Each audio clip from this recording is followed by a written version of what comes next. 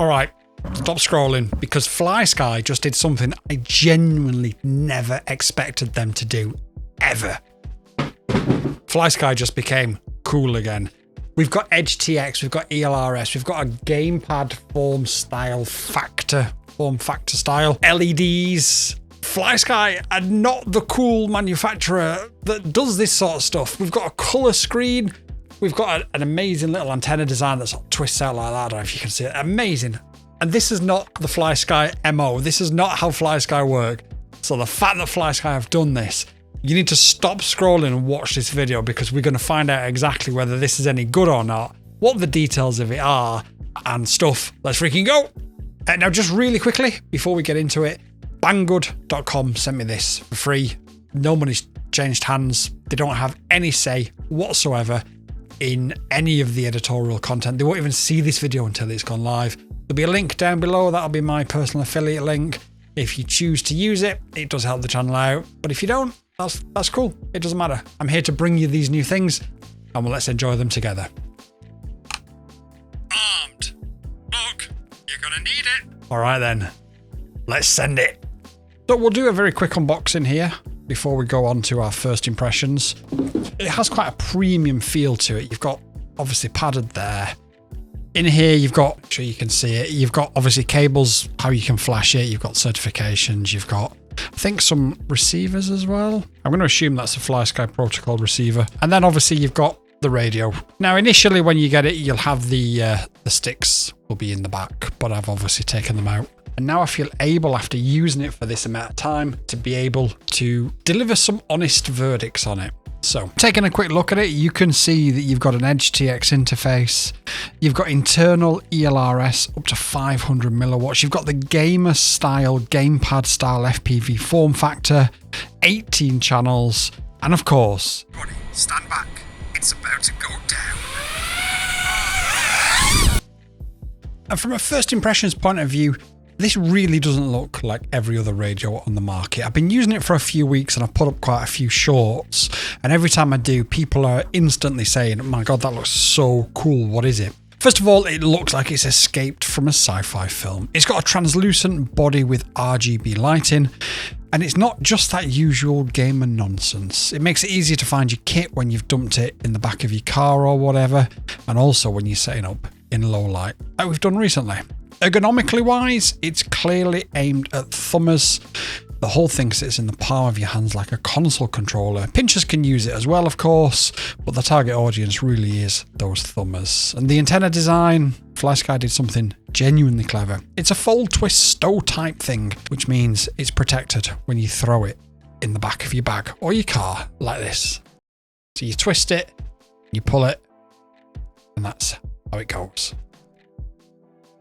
To put it away, it's just twist and push. As I say, it is designed really with thumbers in mind. It's very ergonomic for somebody like me who's got larger hands. It does have smaller gimbals, but I think the majority of people with sort of medium-sized hands are going to find this absolutely perfect. It sits really nice in the hand. Everything is reachable. And it is really, really nice. You've got a charging port up the top and a trainer port there as well.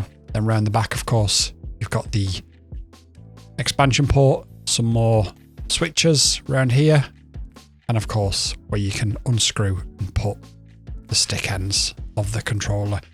The one question I get asked every single time I put up a video of this radio is, does it do ELRS? Does it do ELRS?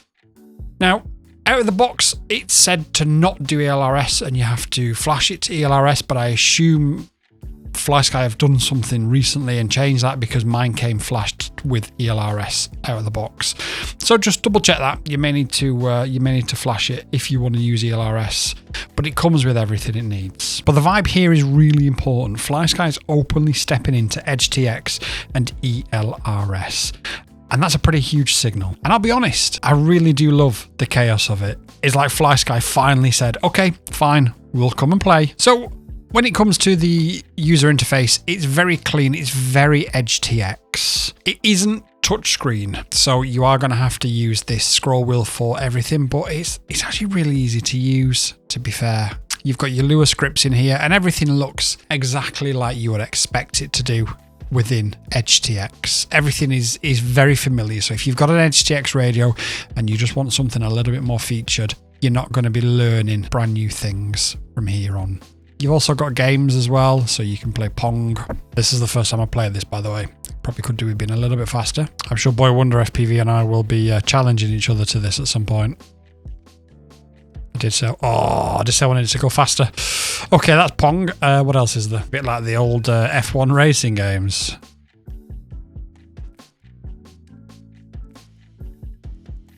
And of course, the classic snake.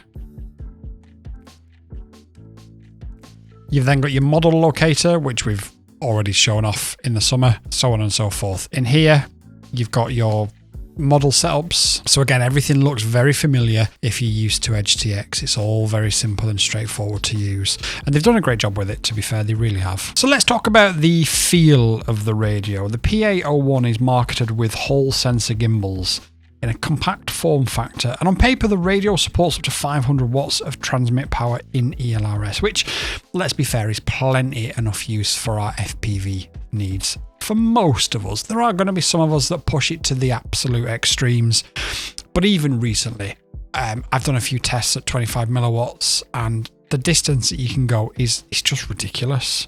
So generally speaking, 500 milliwatts is going to be enough for a lot of people. Now, an important thing that came up was I didn't quite like the feel of the throttle, how it was shipped with. So I needed to change that, and all you need to do for that is just pull these off, and then you've got access to the screws behind, and you can just adjust them by sort of screwing them different ways, and it will adjust how tight or how loose they are. You also need two 18650s to power it. That's not included with it. And of course, those stick ends. When you're not using them, you can just unscrew them. Now, I lose everything, and these are quite small. So the great thing is they can just go...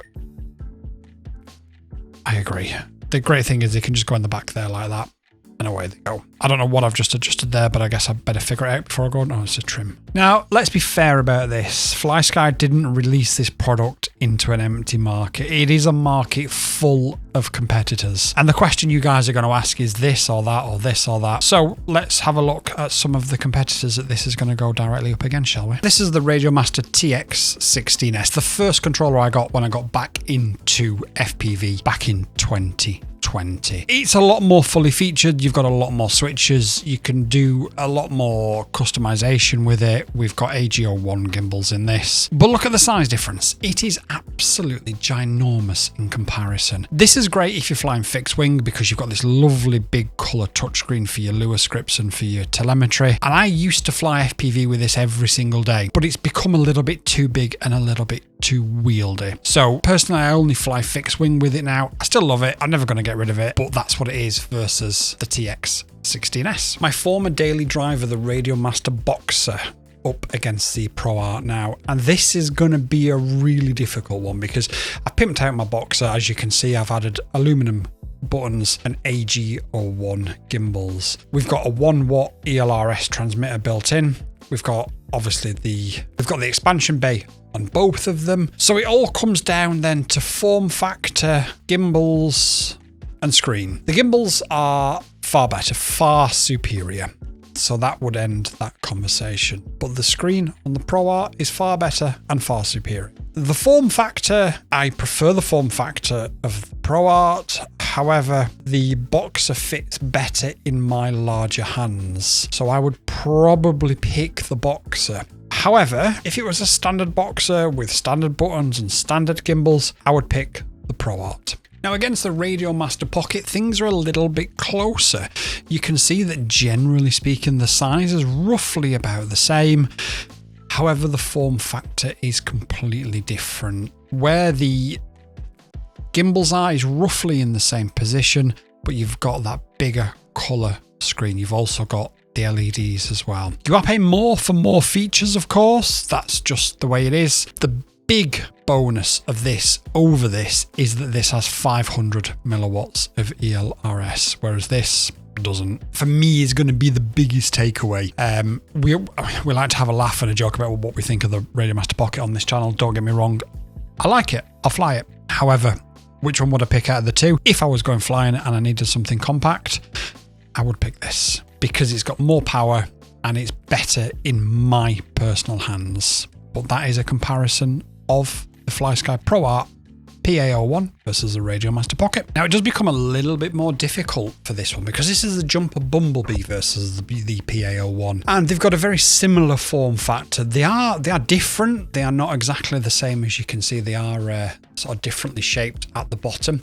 The Jumper Bumblebee has an OLED screen, so not a color screen, but it's better than the Radiomaster Pocket screen, and it has 1 watt of ELRS power and a removable faceplate. We say a removable faceplate. My advice is never, ever, ever remove that faceplate. It's horrible to do. However, would I pick the Bumblebee over the ProArt? And this is where it gets a bit difficult because my honest answer is maybe, but also maybe not. From a form factor point of view, the ProArt fits my hands better than the Bumblebee. From a worrying about signal point of view, the Bumblebee would win that particular round. From a features point of view, I prefer the colour screen to the OLED. I prefer the LEDs to not. So overall, I would pick the ProArt over the Bumblebee, but it's a really, really close fight and possibly one to have a look at in our Drone Wars series where we get a little bit more in depth. And the last comparison, I think, really for this video is going to be the Radiomaster GX12. Very similar form, very similar size, different form factor, larger gimbals, foldable gimbals, OLED screen, and of course that Gemini system built into it as well. Which one would I pick? The GX12 fits my hands better. The gimbals fit my hands better. I prefer the screen on the ProArt. However, the Radiomaster has a better protocol and therefore is more stable. So based purely just on those facts, I would pick the Radiomaster. However, unless I was doing something a little bit crazy that I needed a guaranteed signal link to, that it was absolutely critical that I couldn't fail safe, I think I enjoy using the Flysky a little bit more. If you want to see any other comparisons in any future videos, please do let me know in the comments down below which controller you would like to see go against the ProArt next. Okay, let's move on. And if you want me to do a proper deep dive on the setup of this, the binding, the switches, the model templates, the screens, the outputs, the mixers, I think I may have just said that already, then make sure you hit subscribe because I am more than happy to use this radio more and film with it more because I really am enjoying it. So after all those comparisons, here is my honest breakdown. If you fly mainly FPV quads, tiny whoops, that sort of thing, then the PA01 from Flysky is seriously appealing because it's compact, it's thumber friendly, and you don't need a million switches like on some of the bigger radios. If you fly fixed wing or really complex setups with gimbals, head trackers, etc., you might want to look at something like the TX16S or Boxer.